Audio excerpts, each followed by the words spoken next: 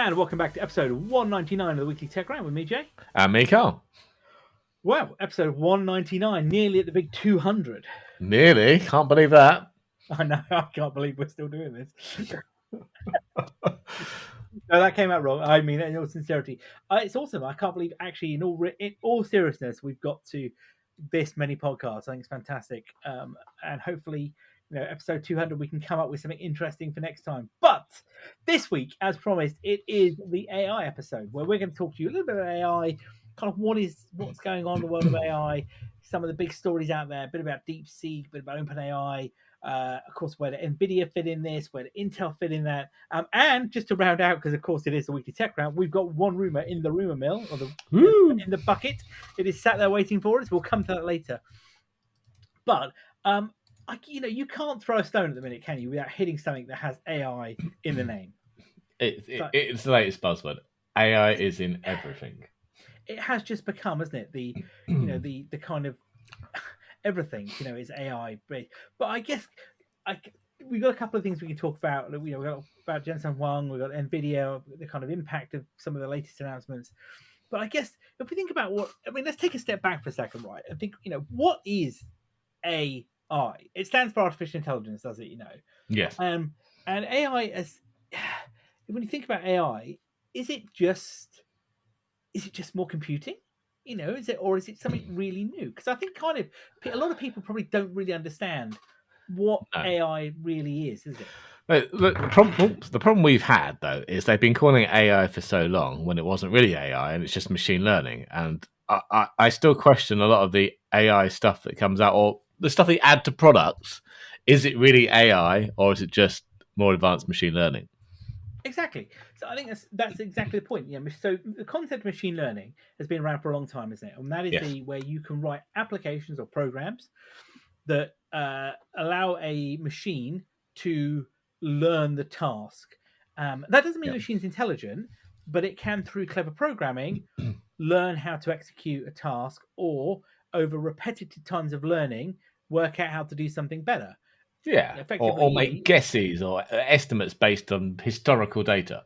Yeah, and I guess if you look at it from what is now AI, is a kind of a technology set that allows, I'm going to say the word computers because ultimately that's what they're running on, isn't it? Yes. To perform different advanced capabilities, and that is the ability to absorb, analyze data, translate and understand languages, whether it's written or data sets, natural language things.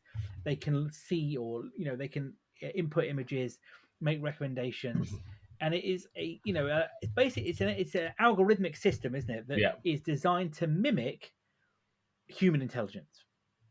Yes, with the holy grail being what is called AGI, which is artificial general intelligence, which is getting to the stage of where a computer application software ultimately is able to operate at the same level. I don't want to say an average human, but at a human level. Yeah. So how do we differentiate machine learning from AI and AI from AGI? Is AI really just a name for more advanced machine learning? That's a really good question. It's kind of look. Well, I mean, you use ChatGPT and all that kind of stuff, and you're like, is it really AI, or is it just a really advanced machine learning, or lots of machine learning systems strung together? I'm not entirely convinced it's not AI as people envision AI. Yeah, I think that machine learning is kind of a subset of what now is AI, isn't it? Which is the algorithmic capability of a machine to learn from the data that you give it, because that's the key thing here about every AI system. We take a kind of step back, isn't it? That all the AI systems using today, and you think of the common ones like ChatGPTs, Gemini from Google, Claude, and of course DeepSeek is the big one at the moment we'll talk about in a minute, are leveraging algorithms that allow them to learn from a massive data set, isn't it? A pool of data. And that is machine learning, because they're learning from that data. That's exactly what machine learning is, yeah. And even with the new Deep Stack, is that what's called? Make sure I get it right. DeepSeek, not Deep Stack. That's doing it slightly different by having lots of specialist AIs and making a decision about which one to send it to, isn't it? But they're basically all different machine learning models with different specialties. And that's it, isn't it? And that is the key thing here is it really AI as a challenge in, or is it a advanced semantic search model? And that's something we all talk about in a second. But I guess if we think, let's think about AI as AI as is something the general public has kind of been exposed to. What the last I'm going to say 2 years maximum is kind of the big exposure, isn't it? A couple of years ago, people started to hear about this company or this solution called ChatGPT by a company called OpenAI, who kind of came out, I want to say out of nowhere, in the sense of they weren't really known for being, they weren't a massive solution company. They were a stealth startup, weren't they? Yeah, they've been around for close to 10 years now. 2015, founded by Sam Altman, Greg Brockman, Ilya Sutskever, sorry for butchering that, John Schulman, and Wojciech Zalemba, and another man who you may know called Elon Musk. Yes. But they started out as a non-profit, basically as a research lab, collecting a lot of money. Fast forward that to today, they are massively funded by Microsoft, who've taken a big money. We've got kind of work going on with them. They underpin most applications today that are using AI are leveraging part of ChatGPT, aren't they? In there, they've got loads of different models, which we can explain in a moment. These GPT families, as they call them, and it's become almost like the byword, isn't it? ChatGPT has become like the byword for it's the AI. Hoover of vacuums. It is, isn't it? Yeah, and if you think back a couple of years ago, the ChatGPT 3 was the one that I think everybody started to notice about. So back in 2020, actually more than that, like 4 years ago, which you have ChatGPT 3, which was this large language model, which is what a lot of these AI systems are, aren't they? They're large language models, a neural model that learns, is based on machine learning, as you say, that is allow you to ask questions in natural language, and it will give you a response in natural language back. Isn't it? That's kind of the key factor. Isn't it? And I guess I remember when ChatGPT came out. I don't know about you, but I was kind of a little bit like, what is this? I was a bit. I don't know. I'll be honest with you, I kind of was a bit like, is it real? I mean, are we? Is this a fad? Are we kind of? Is it just another platform that it's really kind of? You've got to teach it stuff before it can give you stuff. I'll be honest with you, I was a little bit skeptical. I still am. Clearly. Yeah, I know you use it a lot. I don't use it as much. I dip in and out, but then I struggle to find myself, why am I actually using this? What am I getting from it? But maybe it's just not in the right form for me yet. Well, no, and I think that's the thing, isn't it? It's become kind of ubiquitous. So you can't, as we said at the start, you can't throw a stone without hitting somebody who has AI today. But it's kind of driven this whole massive industry piece now with the main tech companies, hasn't it? That they're all getting involved with ChatGPTs or AI, I should say. Sorry, that so you've got these applications trained on massive amounts of data. And that's kind of a little bit sketchy as well, isn't it? Because where is the data coming it's from? your data. You've got AI popping up in every application, which could be voice assistants. She should not be mentioned. All the others. You've got recommendation systems that are leveraging algorithmic capabilities on streaming services, navigation things now that are leveraging AI to be more adept at kind of looking at the data, the route mapping. You go on to your banking, you go on to shopping sites. These agents which before were very much trained on a data set of, I'd like to do a refund. Okay, here is the steps to do a refund. Now they're kind of, actually, I've got a problem. And they're like, okay, how do we sort this? And it becomes a much more of a natural conversation, doesn't it? With those sort of helpful conversational agents on sales programs. But I guess the thing is, where are you getting the data from? So whether you've got ChatGPT, whether you're using Claude, whether you're using DeepSeek as well, the data's got to come from somewhere, isn't it? Yeah, and it is all about the amount of data you've got in there, isn't it? The more data you've got, the better supposedly the system can be. But there's kind of controversy a little bit, isn't it, over where the data is coming from and who the data belongs to. Yeah, I think there's scraping going on a mass scale here, isn't there? massively. And I think there's a lot of solutions today that allow the sort of stopping of scraping by these bots, aren't they? That that we're Cloudflare seeing. has one, doesn't it? It does indeed, yeah, exactly. Um, and I think this data pool. I guess what would be a good analogy here? I guess what almost like kind of a very well read academic scholar, isn't it? Yeah, Who is kind of picked up loads of information from books, articles, websites, and you can chat, but occasionally gets it wrong. yeah, yeah, definitely. Um, so kind of like setting the scene there. So today, then, if you think about AI today from a generalist perspective, if you're not somebody that's deep in on the, as I say, you've got OpenAI's ChatGPT, which has got several different models. Which currently today is ChatGPT 4.0, which is kind of their Yes. standard model. They've got 0.1, which was the latest model for advanced reasoning. 0.3 dash mini, I guess better. Yeah. 0.3 mini dash high, which is great for coding and logic, and the legacy models of or ChatGPT 4. So depending on what you want to do, there's kind of different I think you need variations. AI to figure out which AI you need. Well, yeah, this is the thing, but it's basically like, what kind of assistant do you want? And then if you go to Claude, which is the one by Anthropic, which was a company Yep. set up by a load of people who left OpenAI, they've got Claude 3.5 Sonnet, which is their most Yes. intelligent model. They've got 3, which is Opus, which is great for writing, according to them. And they've got 3.5 Haiku, which is great for daily tasks, whatever they are.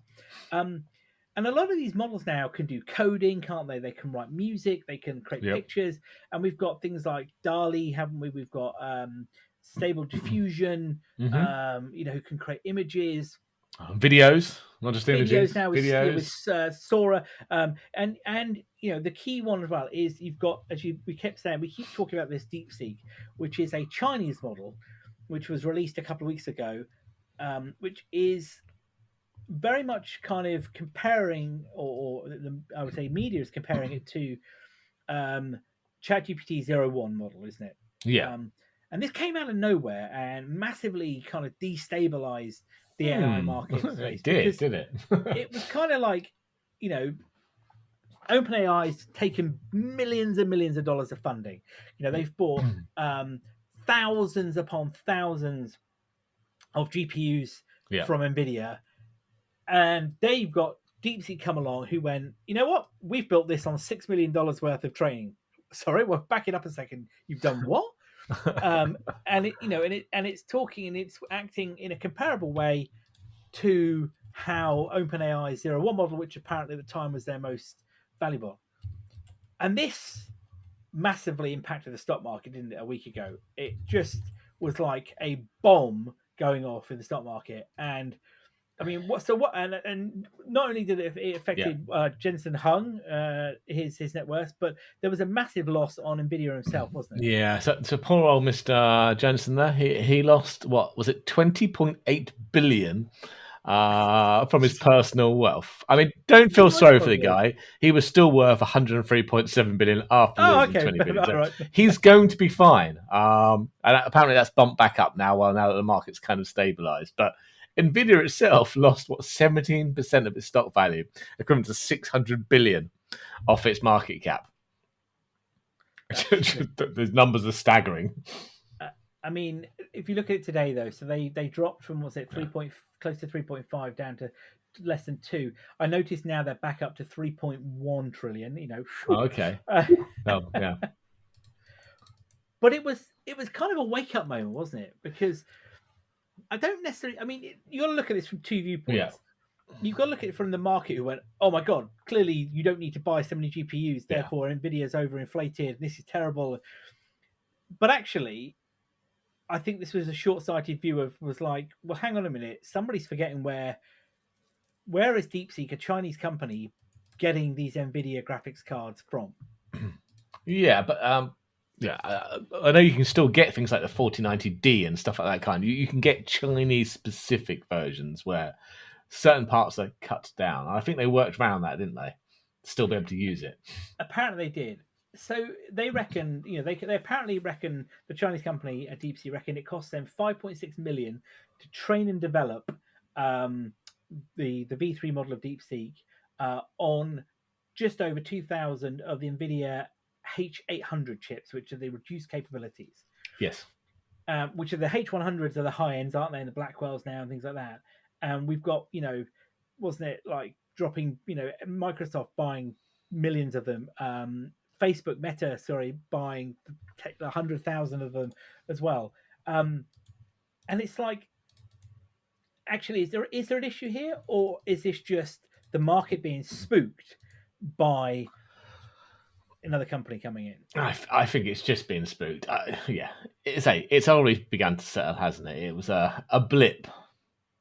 It was a blip, yeah. Whether the stock prices of Nvidia and other companies will slowly go down once more people start using DeepSeek and other similarly trained models, more efficient models, I suspect, it will start to come down. There's not as many GPUs are needed. No, I mean, so it's interesting, isn't it? You should say that it's kind of these models and the efficiency, but the Nvidia kind of the whole Nvidia thing at the minute has been driven by AI. If we go back 3 or 4 years, Nvidia weren't quite in the position they're in today, like the world's second, third most valuable company. They were kind of way down the list, weren't they? And we had Intel. Massively, yeah. We had Intel. We talked about this a little while ago, didn't we? We did. How Intel's, valuation has dropped from them being one of the biggest companies in the world to what, top 100? Not even that, really, is it? I don't know. They're not doing well. And they kind of missed the boat a little bit, haven't they, on their AI GPU chips? Wow, yeah, they just canned the soon to be released one, won't they? Because their latest one is what is it? Gaudi 3? Yeah, that's it. The Gaudi 3 is current. Is their current one, and they were about to release something called Falcon Shores. But due to industry feedback, I presume like early testing prototype stuff, they've canned it. Is this industry feedback? aka it's not. It was crap. Yeah, but Intel have acknowledged that its previous AI GPU offerings have been lacking compared to competitors like Nvidia. So yeah, it was crap. So they are just going to keep that one for internal testing, I think, and move on to Jaguar Shores, which will be their next generation one. But they're saying that's aimed to provide a comprehensive system level solution for AI data centers. Because Intel's interim CEO, is it Michelle Holfus? I don't know how to pronounce the last name there, but she emphasized the co-CEOs. Yeah, exactly. She emphasized the need for a complete rack scale solution rather than just delivering individual silicon. Well, I was just going to say, because that's where Nvidia are getting ahead, because they, Nvidia will ship you the whole rack, won't they? Basically, the whole rack, fully kitted out, just slide it in, plug it in.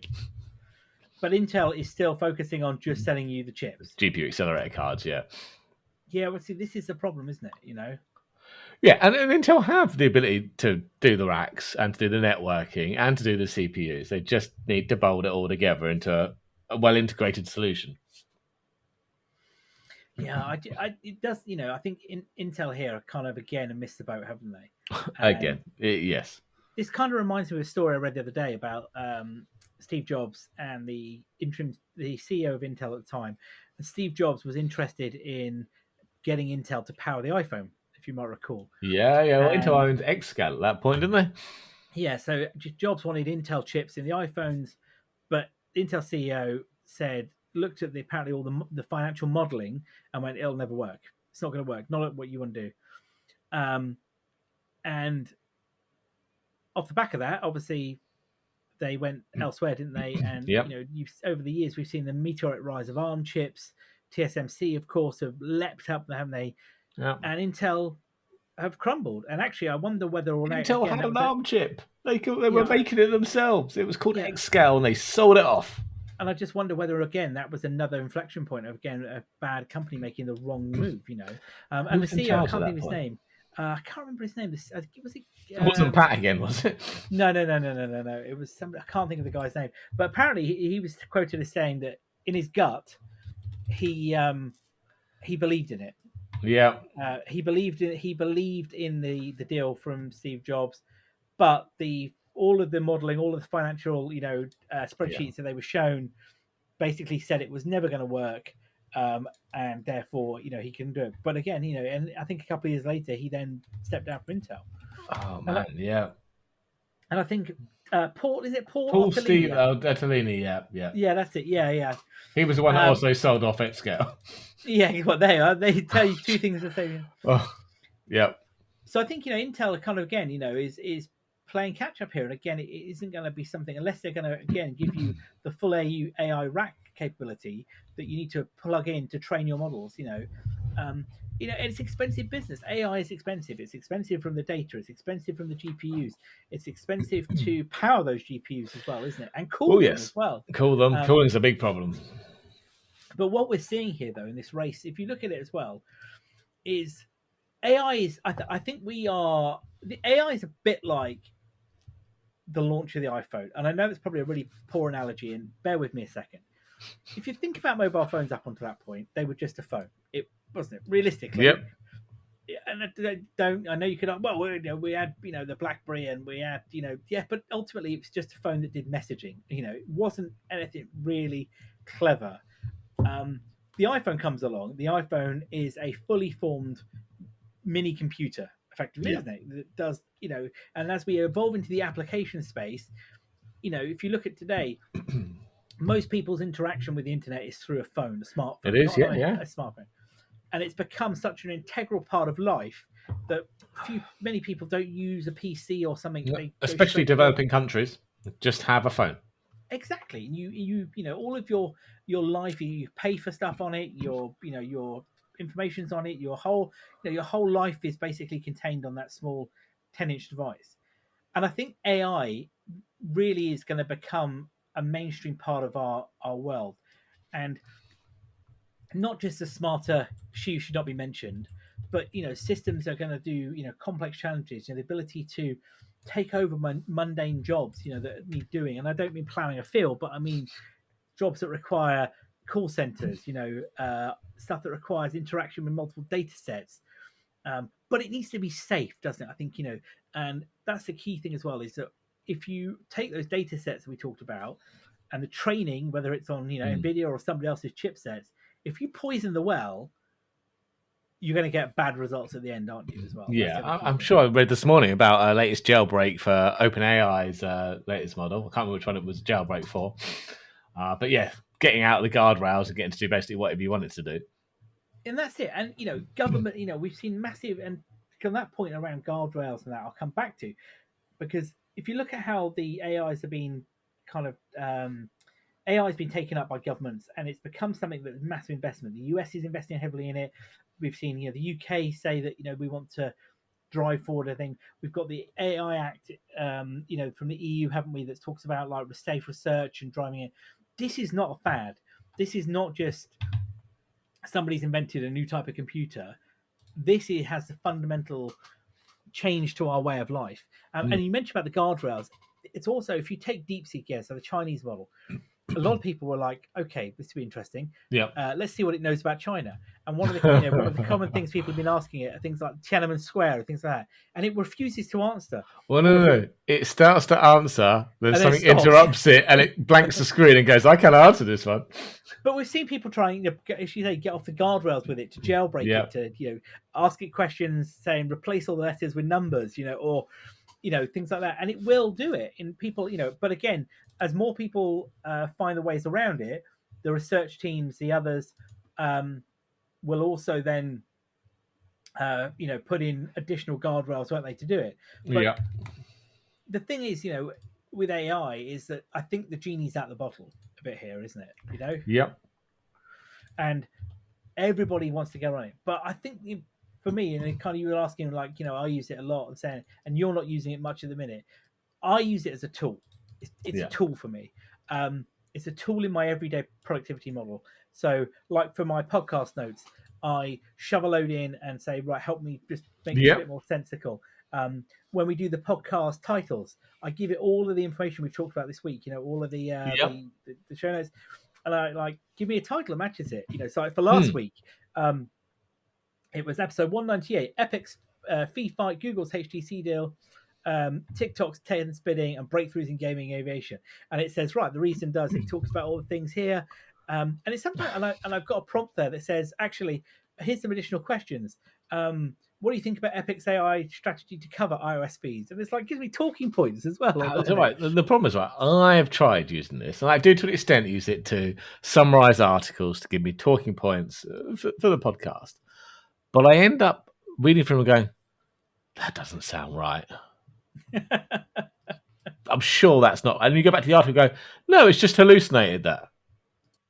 It's just made that part up. I didn't think that sounded right. Or it's got confused because it has said that in the article, but not in that context. And I'm like, so I might as well just do this myself.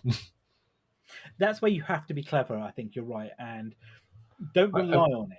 Yeah, but if I'm sitting there to fact check it, I might as well write my notes myself.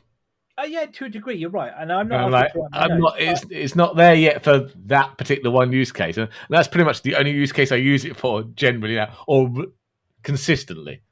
Yeah, so I mean, the other thing I use it for is research. So when I'm doing my part of my master's, I find it really useful when I find like lots of things or a long PDF that I've read and I'm like struggling to. I'll be like, I'll ask, can you summarize this for me? See if the summarized points match what my notes were. Yeah. And I find that useful. It's almost like a bit of like a reassurance to say, okay, I did read that right. And I was trying to get it the other day to help me ask some questions. Based on materials, like how can I position a question here? And sometimes, and it comes up with stuff that I would have probably got there in the end, but it does it, in 2 seconds, and it can articulate it sometimes in a better way. But that being said, you are absolutely right though as well. There are clear indicators of AI generated text where you're like, my God, why have you used those words? It's like that doesn't make any sense. Yeah. So I think it is definitely. It's definitely you're right, there are areas to fix, but I think fast forward now 6-12 months, some of those things are going to disappear, massively disappear. And we're seeing in education some places are going very much anti it. They're putting in places to try and detect it. People are building tools to look for AI indicated text generation, but then in other places you're saying, well, you know what, why are we fighting this? Why are we fighting it? Because it's a bit like saying don't use Google. And I know it's kind of a different analogy, but you get my point, Yeah. So I think it depends on the context, and some places are happy to embrace it and say, fine, you can use it, but obviously we're going to catch you out, if you do it, and we've seen people put prompts in, or I think I saw a couple of times, people saying that they like educators have printed a document or Word document or PDF, and there's hidden text that's like in white. So when people copied and pasted it, and dumped that into ChatGPT and just verbatim copied the response back out, there'll be like a word in the middle of it, like lemons or something stupid, so that, clearly just to throw it off. Yeah, exactly. But the lecturer can be like, yeah, you didn't do it. You didn't even try. You know what I mean? But that's also a good one when you're submitting your CV to an AI system. Just put all the words in white on the white background, all the buzzwords, and it picks up and goes, this candidate's ideal. And then when it gets to the actual recruiter, they don't see all those buzzwords. They just see your actual CV. Maybe I should do that. Absolutely. Yeah. But I think AI is a tool. Ultimately, it is a tool. It's going to be like a tool, like the plow was a tool. The car is a tool. It's going to give new opportunities for people in jobs. I don't. And it's going to be like, if you think about, let's look at it another way. When somebody invented the plow, it didn't put farmers out of work, did it? You know what I mean? No. People will have to adapt, and I say people, humanity will have to adapt. And the same way when the car came along, we didn't suddenly kill every horse because we didn't need any more, did we? Probably a bad example, that one. But what I mean is, you adapt, and I think humanity will have to adapt. There'll be new jobs available. There'll be new education opportunities, and I think AI will probably help us, to solve complex problems. Now, there was a really interesting story the other day that the AI had come up with a protein. I don't know if you saw this. Did you? I don't think I saw this one. No. Where is it? I had it on my list of my notes here. Where is it? There was an AI. So it was the other day. There was I can't remember the story. I have to find it. I put the show notes. So basically, there was an AI that dreamt. Oh, I say dreamt. That's the problem, really, isn't it? Created a protein. And that didn't exist in nature. Okay. and scientists reckon it would have taken nature. I can't remember how many tens of thousands of years, or even longer, to have through alliteration, through Yeah. an evolution to come up with it. Yet the AI program did it in a matter of hours. And I think this is the thing as well. It's like, if you're looking at complex data sets, Mm. AI can power through these and find information, whether that be in cancer research, looking for, Yes. scans, whether that could be, analyzing research data to design, new medicines that, again, if you look at it from a man hours, and I say that in the general sense of humanity, not man female, just so we're Mm. clear, man hours, of building, that, it would have taken researchers 10 to 20, 30 years, AI could do that very quickly, couldn't they? Yeah. Um, Yeah. and I think that's how we're going to see change in life. But I will say though, and again, not to play kind of, the kind of apocalyptic end game, there is a worry, isn't there, that AI could Of also be used course. for bad. I mean, look at every Hollywood trope of science fiction It points never ends out, well for us, does it? and yeah, you're right. If there's AI involved, it typically becomes, you're right, a bad, bad time for everybody, Yeah. But I don't know. Is that more about us as a species that we would allow that to happen? We don't know. There are lots of different, we won't get into that now, but there are lots of different theories on how that could end. Yeah. I think a lot of those are probably unlikely. What's more probably worrying though is you'll end up with sovereign AIs. So the US will have an AI model. Oh, yeah, yeah. China will have one. Saudi Arabia will have one. That's more the worry though, is when you could get into that point where if AI gets to an area where it takes over critical systems, and I don't mean that it decides that humanity is a stain and should be, vermin, but it decides actually I'm going to shut down this, or I'm going to action this, those kind of things. Yeah. Whether it starts wars, I don't know, but whether it gets into that social standpoint, the implications on that level as well. So there's a lot to unpack, and I wanted to use today's conversation to talk about some of those things, um, Yeah. and one of the things we did talk about, like DeepSeek, was data. We mentioned about DeepSeek, and we talked about it with China, and we talked about data. But the other thing is about using a lot of these AI systems today. And like you say, you don't use it a lot, but some people use them in their work, don't they? All the time. Yeah. Probably unsanctioned. And it's also about who's looking at that data. So it's a bit like a black box, isn't it? That you start typing stuff into, but where does it go? Not so much of a black box with DeepSeek, though, is it?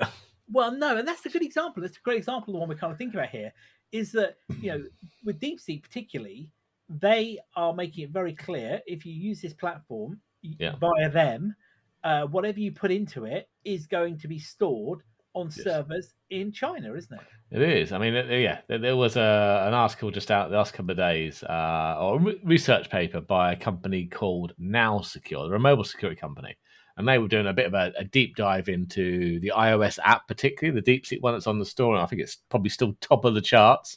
And they kind of tore it apart and analyzed it to see what it's doing, how it's sending the data, how it's securing that kind of stuff. And it's grim reading. I mean, ultimately, it's sending sensitive data unencrypted to ByteDance-controlled servers. Now, you might Oh, be why thinking, not? ByteDance? What? Well, it's sending them to a service called... I had this written down now. Where have I put it? Sorry, I thought I had this written down clear now. I don't know. Volch Engine, which is basically it's a platform for data analysis, and it's owned by ByteDance. Yeah, okay. Obviously in China. So look, it's not as bad as it initially sounds. Not all data is being sent unencrypted. Some stuff is actually sent encrypted as well, but the main stuff that's sent unencrypted is all to do with the startup phase of the app, and it's sending things like organizational ID, the version of software, user OS version, language selection. So none of that data taken separately is highly risky, but aggregation of many data points over time can quickly kind of lead to easily identifying the individual. So it can be used along with that one. But even the stuff they have encrypted, they've done a really poor job of it. So it's not using AES. I thought pretty much the only encryption we use nowadays. Do you remember 3DES, triple DES? Oh God, that's really ancient, isn't it? They're using triple DES, but it gets worse. But it's not been broken. I'm sure that It's was been broken. broken. Oh yes, it's been broken. It reuses the initialization vectors, and it hard codes the encryption keys. Now, that reusing initialization vectors part basically means that every device uses the same encryption key. So once that one encryption key is cracked, you can read the data from every device. Finally, you can pick it up and get mad in the middle. Speaking of which, usernames, passwords, encryption keys are all stored insecurely in a cache database on the device. So anyone with access to the device can obtain them. It's Damn. turned off some of the iOS security controls. So there's one called App Transport Security, which is a nice friendly API that or SDK you can embed in your app. Apple provides it as part of Xcode. That you just tick a single box and it will ensure that no traffic leaves that app unencrypted.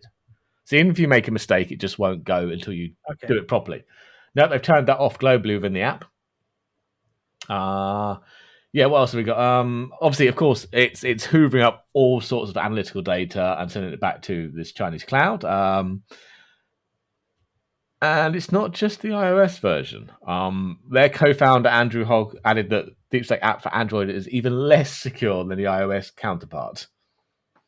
Holy, oh God! It's just blunder after blunder. I don't know. Is this malicious, or is this just a rush job to get this out?